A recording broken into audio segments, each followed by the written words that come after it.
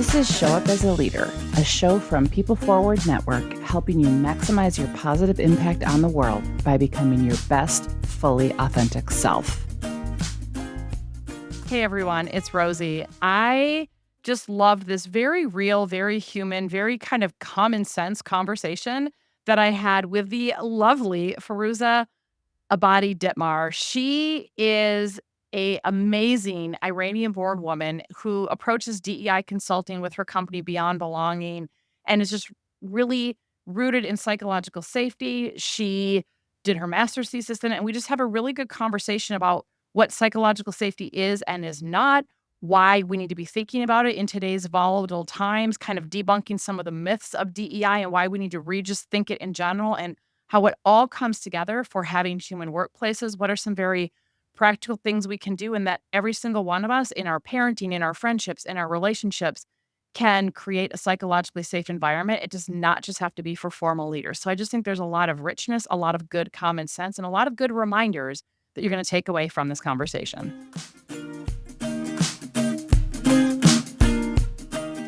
All right, Firouzeh, I am excited to have another geek out session with you. And I haven't had one in a while on this whole idea of creating fearless environments and psychological safety. And as people are listening before they go, oh my God, buzzwords or whatnot, I think this is such a timely discussion. I mean, it's always important, but there is so much anxiety and disconnection and worry and divisiveness in our world right now. And I don't know about you, but I find the more that our surrounding environments are unsettling, it trickles over, if you will, into our teams and into our workplaces. And where even if they were once a place where people felt like they could speak up or they could, share ideas or be vulnerable, people are just really guarded and withholding. And I think there's huge consequences on this. And I know that you are a fellow lover and believer of the importance of fearless environments, and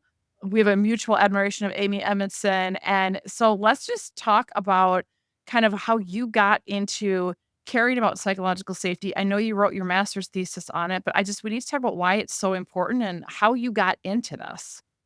Yeah, so absolutely. First off, thank you for having me on, Rosie. I really appreciate it.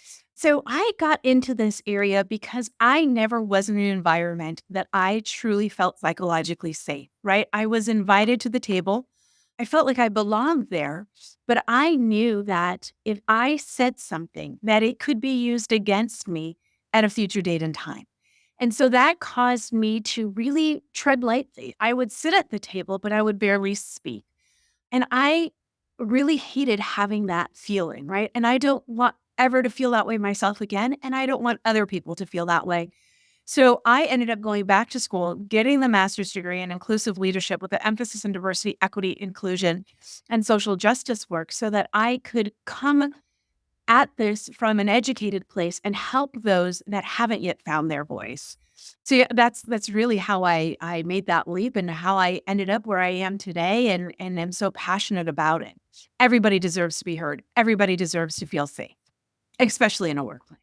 100%. And there's devastating consequences because when people, one, don't even have a seat at the table. I mean, that's a whole other conversation, which we'll probably get into today as well. But even if you have, quote unquote, a seat at the table, even if you're invited to meetings or are asked your opinion or whatever it might be, but to your point, if history or the underlying culture tells you, yeah, but not really, because it will be used against you, because they really don't want to hear that you can speak up to a point, but don't make it become a liability. Amy Edmondson refers to it as dangerous silence. We have people that are withholding and then they don't speak up when there's ethical issues, or they don't speak up where there's potentially a safety issue, or they don't speak up. They're withholding ideas that really could help you innovate or help you grow or help you break into new markets. I mean, the list goes on and on and on. So talk to me a little bit about this whole idea of, we'll just talk about people who get a spot at the table because not everyone does. So that'll be a secondary part. But let's talk about people who have a potential opportunity to influence, whether they have a formal leadership role or not. People who have an opportunity to have their voice be heard, but they're not. What are the reasons that people won't, other than you said like, hey, it's going to be used against me. But what are the reasons that people hold themselves back, don't speak up? And what are the consequences of them doing that? First of all, I want to say that I believe that everybody has the ability somewhere in their life to have that sense of psychological safety and provide it and be there for others to create it for others, right? We don't have to be in leadership roles in order to create those environments. It can be as a parent with our children, it can be with our friends. You're that person that everybody always comes to. That to me says that you create those environments organically, right? So if we are in places where we are welcome to speak, it it eats us from the inside, right? Like you have all this pent up emotion, you have fear, you have sadness, you have anger, you have hope, right? It can be the negative side of the spectrum, but it can just as easily be the positive side. And if you have no one that you can share that with and no environment in which to share that, it then becomes a negative thing for you. In the workplace, both the positive and the negative need to be shared in order for that company to be able to grow, right? I don't know everything. You don't know everything. None of us knows everything. And Dang so it. I know, right? The jig is up, people. But if I am not listening to those, if you give somebody a role and I then don't allow you to speak, why are you in that position? Right. And shame on me for doing that. So it creates animosity within the workplace. If you are in a leadership role, you are spoken about, right? Outside of the workplace. They always say it's lonely at the top. So, as lonely as it is, you are also the point of conversation at the dinner table or between spouses in the evenings or with your friend group, right? You are that topic of conversation. So I want to make sure that when my name is said, that it's in a positive light. And I want other people to have that ability to have those conversations, knowing that they can come to me and those that learn from me and walk away knowing that they've done good.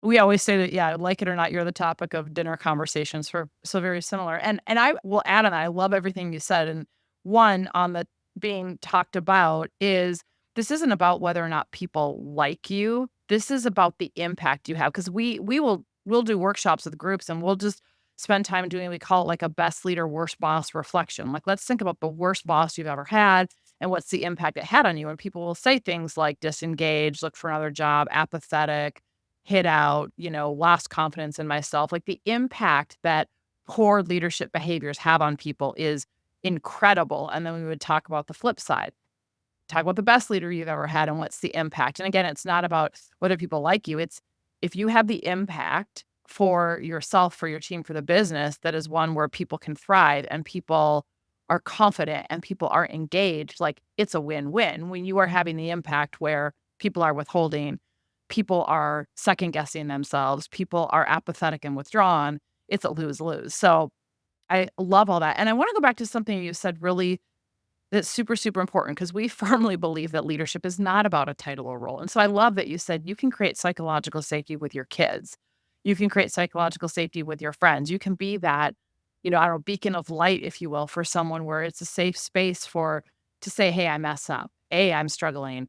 I'm confused. I don't know what da da da da da. And so I think that is so, so important because so often we do put the responsibility on formal leaders. And yes, they have the largest influence on a team, but we all can create those kind of bubbles around us. So let's talk about specifically whether people who are listening have that formal leadership role and responsibility, or they're an informal leader who is influencing and showing up as a leader around them. What are some very tactical things that we can do to start to create psychological safety? Because as you said, it's not all unicorn and rainbows. It's about having the tough conversations. It's not about just, ooh, kumbaya. Like it's about being real, but it's hard for people to do. So how do we start?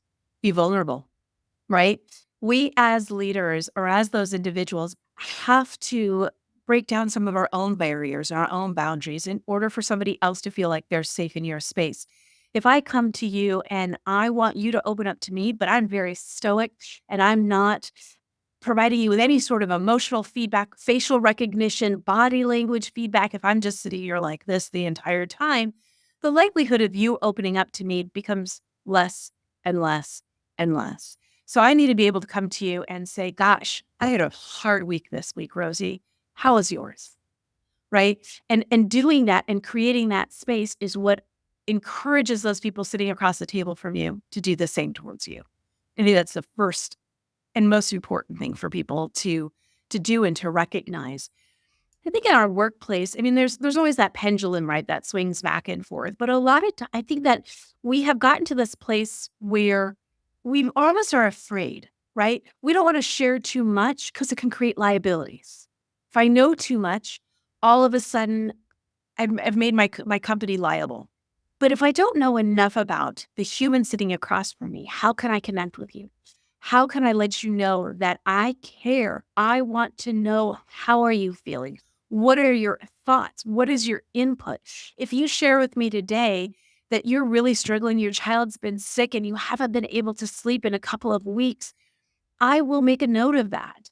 And I will come back to you in a few days or in a week and say, hey, Rosie, how are you feeling? Is your daughter sleeping better now? Or whatever that conversation might look like. But I think a lot of times we feel too that when we've opened up to people in a position of authority, that they then hold this weapon against us. But if we then show them it's not a weapon, it's a tool that I can then connect with you on, that creates a completely different environment. I love everything you said there. And it reminds me of there was a time, and I've written about this in one of our books, and I've been open about it in like various keynotes where it makes sense. But the first few years of our son's life were like a living hell because we were in and out of specialties and there's just all kinds of health issues going on. And it was like PTSD for years. And I remember at the time, but what my employer did that was worth everything is started with my direct leader, but then it was others, was every time I would say, "Hey, it's happening again. Here's another episode." I would get a, "Don't worry about it.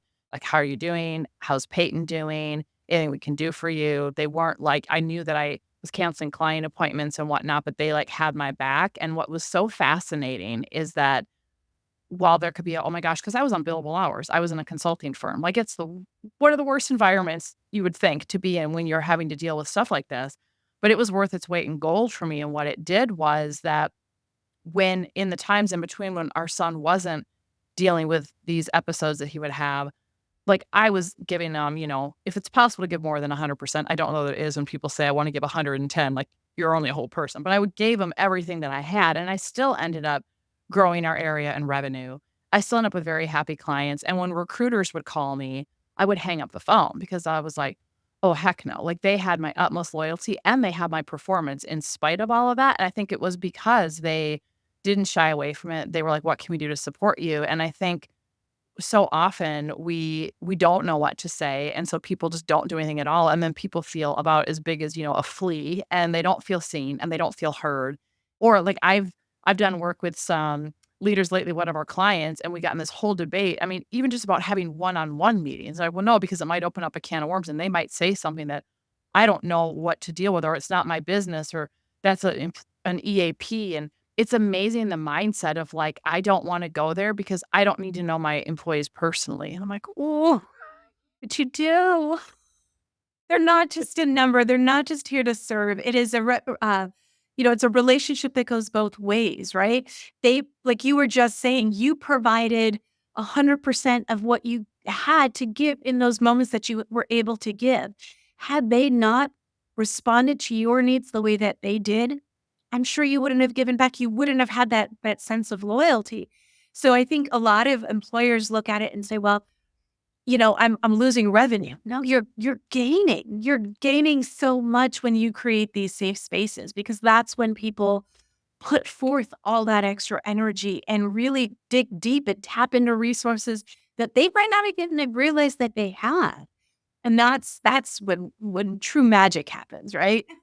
oh, 100%. And my philosophy is that people want realness and authenticity over polish and perfection any day of the week. And if you're coming in, and as speaking to formal leaders right now, if you're coming in feeling like you have to have it all buttoned up and have all the answers, like, people's BS meters are pretty good.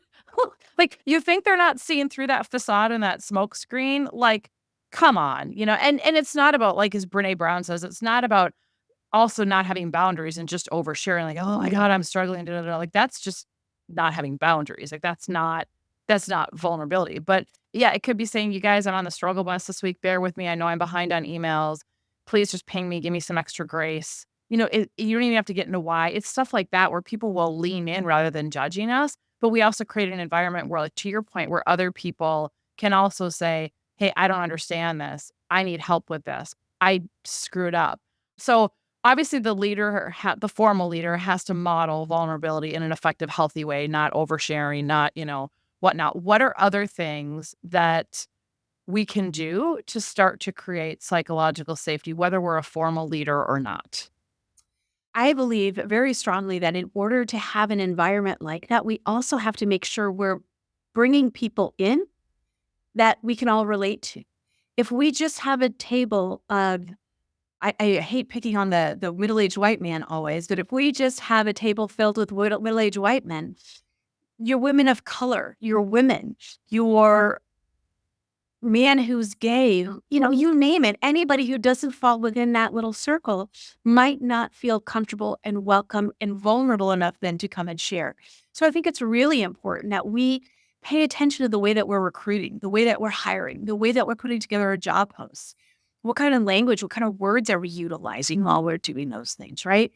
If we're just putting our ads on Indeed and hoping for the best, how am I actively looking to recruit people from all different sectors, all different facets of life, right? I'm not. I'm just throwing it out there and seeing what sticks. So I think that's really important. That creates that environment versus just having a group of white people sitting at a table have this table just filled with all this diversity and uniqueness. I mean, there's nothing more beautiful than that. And people, if they see people that they can relate to, they're more willing and more able to let down some of those guards and become more vulnerable. And in turn, again, like we've spoken to already, increase the profitability of the company that they're working for at the same time. So it's a win-win situation for both parties. Yeah. Well, and I so appreciate you bringing that up because it's a important intersection we have to talk about with psychological safety and diversity, equity, inclusion, belonging, because that representation matters. And I've had over the years many guests on my show where we've talked about, women in leadership, and we've talked about DEI. And I know that right now in the world we live in, it's people don't even want to refer to it as that, and it's getting cut. And there's all those, like, what it is and what it isn't, and all kinds of narrative around it that isn't helpful. But, at the end of the day, and we're going to talk about myths and what's true and what's not. But I think at the end of the day, we have to be so cognizant. And if we sit in any position of privilege whatsoever, right? Like you and I, both female. Well, again, that just by definition, if we're in a heavily male dominated industry, we're not represented and there's challenges there. And we have clients that we're having very real conversations like, do you understand how hard it is for the female leaders? Because you have no idea the unintentional little microaggressions or unintentional biases that they're facing every day. But you don't see it because it's not your experience. But, I'm middle class, I'm well educated. So, you look at the different privilege points. It's like, no, I don't know what it's like to be a woman of color. I don't know what it's like to be a woman who is in a lower socioeconomic status. I don't know what it's like to be someone who didn't have the privilege of education. And so it's recognizing it doesn't make anybody better than anybody, but it's that whole, if we have any amount of privilege, we have to recognize that and not get defensive or judgy or whatever about it and go, okay, I've had opportunities afforded to me that other people haven't. And I don't know what it's like to be them, but I can at least lean in and listen because at the end of the day, it's a core human need to feel like we matter and feel like we're heard and seen. And so going back to even like leaders who are not meeting with their people, Pat Lencioni refers to that as one of the 3 causes of job misery is anonymity, that, like, you don't know me and you don't see me as a person. So, and I think there is such a hot button right now. It's like in 2020 when George Floyd was murdered and, a lot of DEI, like, started coming back to the surface and how important it is and moving beyond check the box. And now it's kind of fallen off again, or it's a, I don't know, a taboo topic people don't want to talk about, but it really does intersect with psychological safety. So can you talk a little bit about, let's just dive in of some of the myths of what it is and what it isn't for people who might, I don't know, it might be a hot button or taboo topic right now. Sure, you've already done a great job in saying what people think it is, and then what it isn't. A lot of people think DEI is just checking that box, right? I need to have X amount of people of color. I need to have X amount of people that are female. I need this. I need that. I'm going to go through and check that box. And it is really so, so much more than that, right? It goes so much deeper. I recently had a lunch meeting with somebody who was kind of anti DEI, didn't really understand the parameters of it. So we were talking briefly, and then I asked them to explain and share more what they did. And he does leadership training and coaching, and primarily with women. And so I just sat back and I let him talk. And by the time he was done talking, I said to him, I said, I don't think you understand, but what you're doing is DEI work, right? You are helping women be elevated in the workspace because you understand what they can bring. He had no idea. I mean, he literally, I could tell that the air just kind of got sucked right out of him. He sat back in the chair and was like, I never thought of it that way. And the beginning of the conversation, he was telling me basically, I need to reframe my business model because calling anything DEI is basically the end of any sort of a business, really. Like he's like, you're not going to be successful if you use that terminology. We're in the Midwest. And at the end of the day, he realized that's exactly what he's doing, right? So I think we need to educate more how people understand what DEI is, because there's so much more to it than meets the eye. It's not just, I mean, it is, but it's not just about checking that box. How did we get to that box? What are we doing to help broaden our methodology of getting to those boxes, right? What is it that we're understanding needs to happen and the benefits of it? I think a lot of people see it just as a negative, a need. I'm going to have to put forth X amount more effort in order to hire somebody of color when I could just take what Indeed pushes my way, right? So it's now more energy. They're not understanding the benefits of that. They are then creating that psychological safety. They're increasing the profitability of their businesses. There's just such a lack of education there that I think people like you and I really can make a huge difference by taking something that a lot of people see as fluff and making it quantifiable. And that I think is really important. Absolutely. And as you were talking, going back to it's a hot button in the guy that's like, oh, what DEI is, business suicide or whatever it is I also hear the very flippant comments of discounting somebody and saying, well, they're a diversity hire or they're an affirmative action hire or they're a DEI hire. And it's done in a very derogatory way.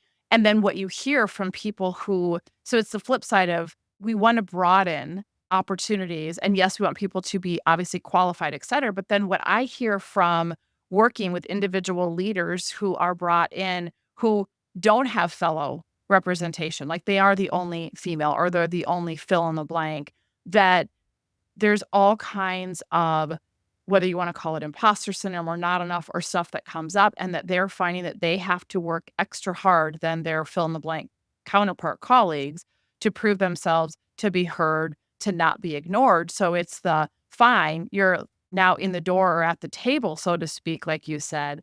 But now there's what is the environment around and what is the narrative or story around this person and what they can bring to the table and their qualities and their qualifications that gets murked up in some kind of crappy narrative that now they're having to bust their butt more than somebody else simply because fill in the blank they don't look like whoever else it is in the organization. And so I think that that's super important. So talk more about, so when we think about like what DEI is and what it isn't and why it matters now, what are some of the other things you're seeing that are important for people to be thinking about when we think about you talk about having better business outcomes, and like how does it do that? Like let's just dig into that, because some people listening might be like, okay, whatever, like what are you talking about? I think it's helpful to, I don't know, paint the picture a little more explicitly, if you will.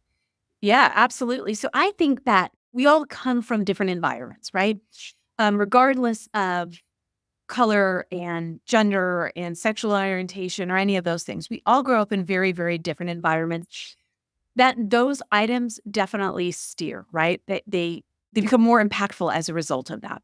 So I think that there is a need to allow all these people to come together to have these conversations. The people who are the hiring people, they don't understand and aren't seeing the impact. A lot of times they haven't suffered. They haven't had to fight, right? They haven't had to not have their voices heard.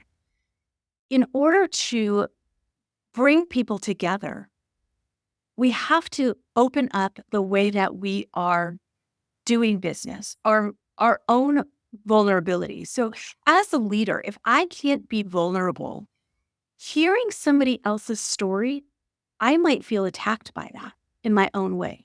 I've had many men say to me, and that's why I kind of preface saying, group of middle-aged men, why are you picking on us? You don't understand our story, right? And I feel that because we never want to isolate any one group. But I think that we need to really work towards opening up our hearts and our minds to everything that is out there. Being willing to try something new, understanding that in order for me to be successful, I need you to be successful. Some of my greatest accomplishments are people that I have seen work their way up through the ranks, right? It's not about my success, it's about the success of others and my input and my effect and contribution to their success. So I think it's just really important that we all take that step back and see what's out there and be authentic in who we are and allow others to be authentic in how they're responding to situations and letting them know it's safe. You can say what you need to say and then educate. I have had many, many people that I've worked with that have said some of the wildest things, and it's never been out of malice. It's been out of ignorance. They just didn't understand. So as leaders, it is our job and it is our duty to help educate those that need more education and allowing them to feel comfortable. When we provide that education, we have to provide it in such a way too that we're not being hurtful to them as well, right? Even though we might be hurt, we can't respond to create that environment in response to it as well. Well, yeah, and I think, we see ourselves in other people's stories, whether or not we look the same as them, believe the same as them, right? We connect on a human level through storytelling. I mean, there's all kinds of data around it. And I think that's super important. And I think the best thing that we can do as I'm listening to you is whether you're a formal leader or a team member or a colleague is to create a space where people can tell their stories, to ask about their stories, to be curious. But then it is to actually lean in and listen. Like I'm thinking about, I was a leader at another organization, and there was an individual on my team who was from Mexico and talked about, coming in to the office and people like doing a double take and stuff and just talking about the challenges he faced having brown skin. And I'm like, are you serious? Like you were just going in to like get stuff like that is absolutely ridiculous. And like never would have dawned on me because the organization seemed like it was fairly diverse. And I was like, oh my God, tell me more. And I was the leader of this team. I'm like, I had no idea that you experienced such a thing. Like, please tell me more and what can I do to support you? And this is a educational opportunity of why are we looking differently at somebody who even though you're wearing a badge and it's very clear and or we ignore someone who doesn't have a badge, but it's like, "Hey, lean in, tell me more." Or someone else is telling me, "I'm a female and I'm the only female on this whole group of males and I'm sending emails about something and I get crickets and no one and they ignore me and whatever." And that just starts to feel very deflating or starts to feel like I'm being taken for granted or ignored. And I think they think I'm going to be here forever, but like newsflash, like you can only ignore me for so long. And this is like a top performing leader, like that this person's locations are like rocking it and killing it. And the organization would be devastated if this person left. But when they're the only person who's different and they're getting this like cold shoulder shutout, you can only do that for so long, right? So anyway, I think that there's the leaning in and hey, tell me more. And how can we help people be heard? And rather than going in our own shame spiral or judging, it's wow, that's a totally different lived experience than I have, and how can we make it feel better or feel not so crummy or I've walked into job interviews before where people thought I was male because my name is not, it's not a traditional American name. People don't know what to expect, right? You walk into a room and I've gotten the response of, oh, well, you know what we expected, and making a complete judgment call based on my name. So, I'm almost an advocate to redact names from resumes because you're creating a judgment before you've ever had an opportunity to meet that person. I want to be judged based on my qualifiers, right? What have I done so far in my lifetime to be qualified to be asked to come to this interview? That's what I should be judged on, not the color of my skin, not my gender, nothing else. Age is another thing, right? When we look through a resume, we can a lot of times ascertain just about how old someone is if they write their name or their year of graduation from whether it be their high school for sure, and then sometimes college as well. You can go, oh, okay, well, I graduated in this year. If they graduated in this year, that makes them about this old, And so you invite people, or you don't even invite them into the room based on these judgments that you've made without any sort of basis.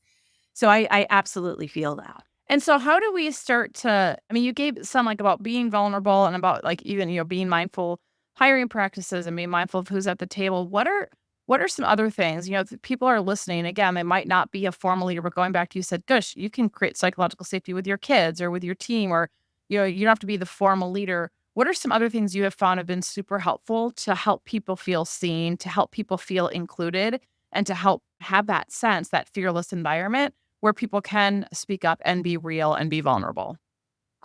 Take time. Right? I think a lot of times we're so busy, especially in that work environment, or even as a parent, right? You've got 100 things you're trying to get done in either one of those scenarios.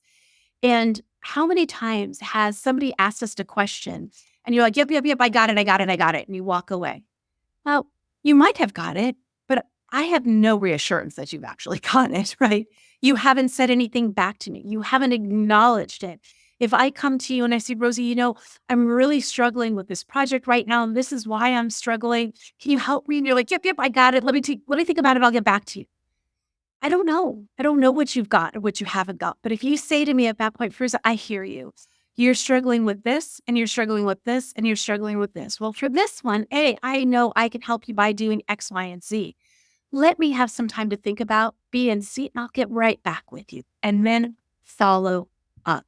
Make sure you take that time to reach back out to your person and say, hey, here's what I've come up with. Now, let's share. What are your thoughts? What do you think? How does this make you feel? Right. And then it becomes a dialogue. It should never be a monologue, right? We're not on stage providing monologues. It should always be a dialogue. And I have found many times that we forget that. And I've done that as a parent, right? You're like, listen to me, right? But it doesn't penetrate. It doesn't help if it's not two-sided. So we have to remember that in the workplace, right? We have to, as leaders, as coworkers, have those conversations. Also, I think it's important that we remember that we're not under attack. So if you come to me and you are concerned about something, I need to take a deep breath and I need to allow myself to think in however I do this and say, this isn't about you, Firouzeh. This is about Rosie. Don't be defensive. Listen. And then brainstorm together with her. And don't be like, well, I responded to your email. I don't know what you're talking about, right? It doesn't matter. You didn't see the email. You didn't see the response. So it just doesn't matter. Allow that person to sit down and have that conversation without becoming defensive. I find for myself personally, especially if I'm caught off guard for a difficult conversation, I can feel my heart rate begin to increase. I get flustered, and then the cadence that I have changes and the tone changes. But if I take just a few moments to take that deep breath, just sit back in my chair, let you complete your thought, let you complete that sentence before I start to talk, it makes all the difference. And then doesn't cause the person sitting across from you to shut down. Yeah, that self-awareness piece is so critical. Like, your breathing gets constricted or whatever, like knowing, oh, I'm getting hijacked or I'm getting whatever it is, to be able to recognize that in ourselves is super, super critical. And I think, when we allow people space to, hey, let's talk this through, or what's going on, or even, so I'm going to speak to people who have, if whether you're a parent, you're coaching a group, an activity, like if you have any kind of leadership role, we'll say, like, besides leading yourself, is because in the absence of data, our brains filled in with story. I have found it to be super helpful to say things like, hey, I know that project didn't go well. You're not in trouble, but I want to talk through what happened. Like, specifically saying, like, look, you're not in trouble. Your job's not in jeopardy. Obviously, don't say that if it actually is. But I mean, but so many people are like, oh my gosh, because then they withhold and say, I want to understand what happened so I can better support you in the future. Or, hey, I know this didn't go the way that you had hoped. Let's debrief this, because it takes those defenses down. Or even with our son, something as simple as, he'll be upstairs playing video games and we're downstairs and we'll be like, "Hey, can you come downstairs? So you're not in trouble. We just want to talk about dinner." Or you're not in trouble. But he has said thank you. That's super helpful because think about the second someone says you get a text or have someone say, "Hey, can we talk?" Your brain immediately goes to the worst and then you're already defending and you're already like, "Oh my gosh," and you're ruminating versus like knowing, "Oh, this person wants to have this conversation and it's a space to have this open dialogue and I'm not in trouble, but we're here to learn," or to tell your child, or again, a team like, "Hey, I know like you lost the game or this didn't go well," or whatever it is if you're coaching a group, but to be explicit to say like, "Hey, this is a safe space. Like we're human. We're just here to talk about what didn't work and what got in the way." Or even sometimes when I've been having growth feedback conversations with someone on my team, and it's like, "Look, I know that the stuff has been hard. I'm just trying to understand where we got disconnected or where there's a roadblock because something seems to be getting in the way of XYZ. Let's talk about it," and doing it versus like the shaming, the blaming that so often happens when we're hijacked, when we don't realize that we need to take that breath. And it's not just the leader of a team who needs to learn how to do that. Really, everybody does, but the leader sets the tone for sure. Yes. It very much is this thing of clarity, right? If there's clarity, it makes it so much easier. And that goes to what you were saying, like just telling your son, "Hey, we just want to talk to you about dinner options. Can you come on downstairs?" Right? Like then there's clarity there. I tell my people that I work with for or who have worked for me, always we all suffer from the same human condition, right? We are all imperfect. We are all imperfect. And so I come with my complete imperfections to the table, and I welcome you to come to the table as imperfectly beautiful as you are and sit at that table with me. The one thing that we're not all is liars. And so just come being truthful and let's work through it, whatever it is in that moment, whatever that situation needs. But come your messy self. And your messy self is going to be completely accepted as it is. And let's get through it together. And I think that when I keep that at the forefront of my mind is when I'm the most successful as a leader and as somebody on the other side of the table as well, because I want to come with everything that I am, right? This is me. All the good, the bad, the ugly, this is me. And I never, ever will claim to be perfect. And I don't think anybody is. So just come as you are. Come with that messy human condition that we all are, which is imperfection. And let's figure it out together.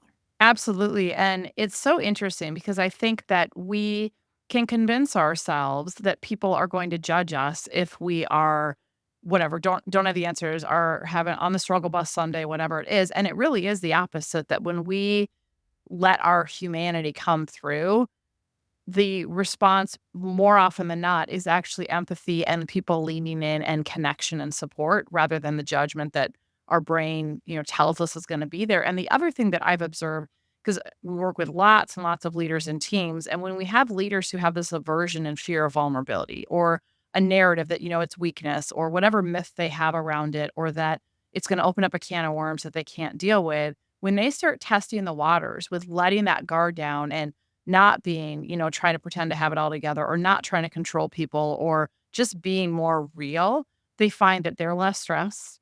They find that their teams are, connecting more and, collaborating more and communicating better. They find that they're actually enjoying their work. There's so much data out right now about like the middle managers and how they're burning out and they're not supported and et cetera across industry. And a lot of it is many of these are trying to hold it together versus like, can you just be real? And granted, yeah, there's more that they need support from more development and they need support from their leaders, et cetera. But there also is this element, I think, of trying to, I don't know, fake their way through leadership or trying to do it with old school ways that just aren't applicable anymore with changing demographic and changing world. Like there's just a different era of inclusive, supportive human leadership that for sure Gen Zs are demanding, millennials have been demanding, and even just regardless of generational group, people are like, I'm tired of putting up with BS.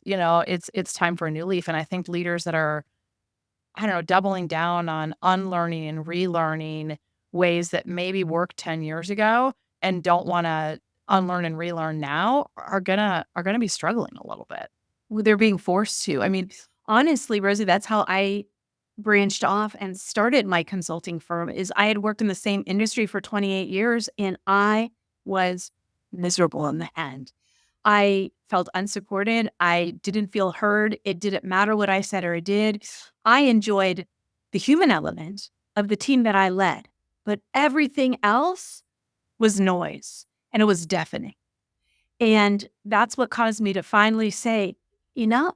I need to walk away from this. I need to do something that I can help facilitate real change in doing, right? And it's not about minimizing my fellow employee, but it's about lifting them up and making them the best version of them that I can possibly help create, right? And it's not my doing, it's just providing tools to help elevate them so that they can find their own best being. And you are so spot on. If some of these employers out there don't start looking at the way that they're managing and they're leading their teams and they're running their companies, we're going to have some serious burnout. And we're already seeing it. We are seeing more and more people demanding more of a balance, not that willingness to work the 60-hour work week. When I was coming up through the ranks, it was what we all did. It was expected, right? We bragged about it. Now, if I have employees say to me, well, I'll work 50, 60 hours a week. I don't mind waking up early. I don't mind staying late. That to me is actually a turn off versus something that I'm like, oh my gosh, this is going to be a great employee. I look at that and say that person doesn't understand balance. How are they nurturing themselves? How are they nurturing those around them? And thereby, how are they going to be in a leadership position? If you don't take care of yourselves, you can't take care of others. So they're not taking care of themselves. And so what used to be this pride and this badge of honor is now no longer that. And we need to really shift that focus because our companies can be just as, if not more successful, if we let that pendulum swing a little bit the other direction and operate from a place of kindness as well. Yeah, well, and I think it circles back to the whole DEI conversation because I think, when you look at, and again, every generation, there's generalities, but you start to look at, there is a divide, of Gen X, baby boomers, come in, work a gajillion hours, just expected. And when people in those two generations, I'm a Gen Xer, but are in leadership roles and they have this expectation, and I don't care what the discipline is, I've seen it in physicians and looking at, incoming doctors, like, what the heck, or, and I've seen it in, law firms and blue collar, it doesn't even matter, but it's this mentality of like, well, sink or swim. I just had to learn it that way. They should learn it this way. Or what do you mean they don't want to work overtime? Or what do you mean they don't want, or you mean they need to leave because they think they're going to go to their kids, blah, blah, blah, blah, blah, blah, blah. Or, it's just this old school mentality that really didn't serve us well. I mean, you get burnout beyond belief across generations, but it also is this people want different things out of work and that their work plays a different role. It's not the be all end all then, especially in millennial and Gen Z, like it was or is or has been for Gen X and baby boomers. And it's not about judging and going, oh my gosh, it's about recognizing like that there is a mindset, and that pervasive mindset, you might have some outliers here and there, but it's a generational shift, and you can fight it and argue it and double down all you want, or you can look at, does your staffing model, like we have one client that has to reevaluate their staffing model because they're running way too lean and people are burning out and can't keep working these extra long hours. And maybe you need to have more positions in certain areas than you have in the past because of that. Re-looking at, yeah, what is expected, what is feasibly possible, those types of things. And so I do think that there's a lot coming down of reevaluating, quote unquote, business as usual to be able to have these spaces where it is more inclusive, these spaces where we can equip people to show up as more courageous and vulnerable leaders, because it is a learned skill, especially if you have this narrative that it's a bad thing. To create an environment of psychological safety by modeling vulnerability is not something that a lot of people are skilled at doing. And we need to be able to equip them of how to do it and how to do it effectively. Honestly, Rosie, it can be terrifying. So yeah, 100% agree. So speaking of being vulnerable and speaking about like being perfectly imperfect, as you talked about earlier, and the human experience, one of the things that I've learned through my work is that as messy human beings, no matter how much work we've done on ourselves, it is in our kind of DNA to tell ourselves stories, making sense of our experience, but specifically telling ourselves stories that help us feel safe but they actually keep us small and keep us from having the impact we want to have. And so, in the spirit of modeling vulnerability, Riza, would you be willing to share what is a self limiting story that you still tell yourself sometimes? And when it shows up, how do you navigate and move beyond it so that you can still show up as a leader and have the impact you want to have in your life? Yeah, absolutely. So I've alluded to it, I guess, a little bit already throughout the course of our conversation today. But I worked for a company where our leader was racist. He absolutely had a problem with me because I was a woman of color and made it really clear. And initially, it caused me to shut down and not speak. With time, it actually helped me find my voice. And it helped push me and propel me to go back to school and to be more educated and to then be able to use my voice not only to help myself and to help others. So when I start feeling like I'm in that space again, where my voice doesn't matter, where somebody is saying something that is negative because of the color of my skin, or where my parents immigrated here from, or any of those types of things, and I want to become small in those moments, I think to myself, I no longer have a choice. I can't allow myself to be small because it is my job not only to have that voice for myself, but to have it for all those other people out there that can't find their own voice, that need people who have found theirs to speak for them and to help elevate them. I see that as my own responsibility today.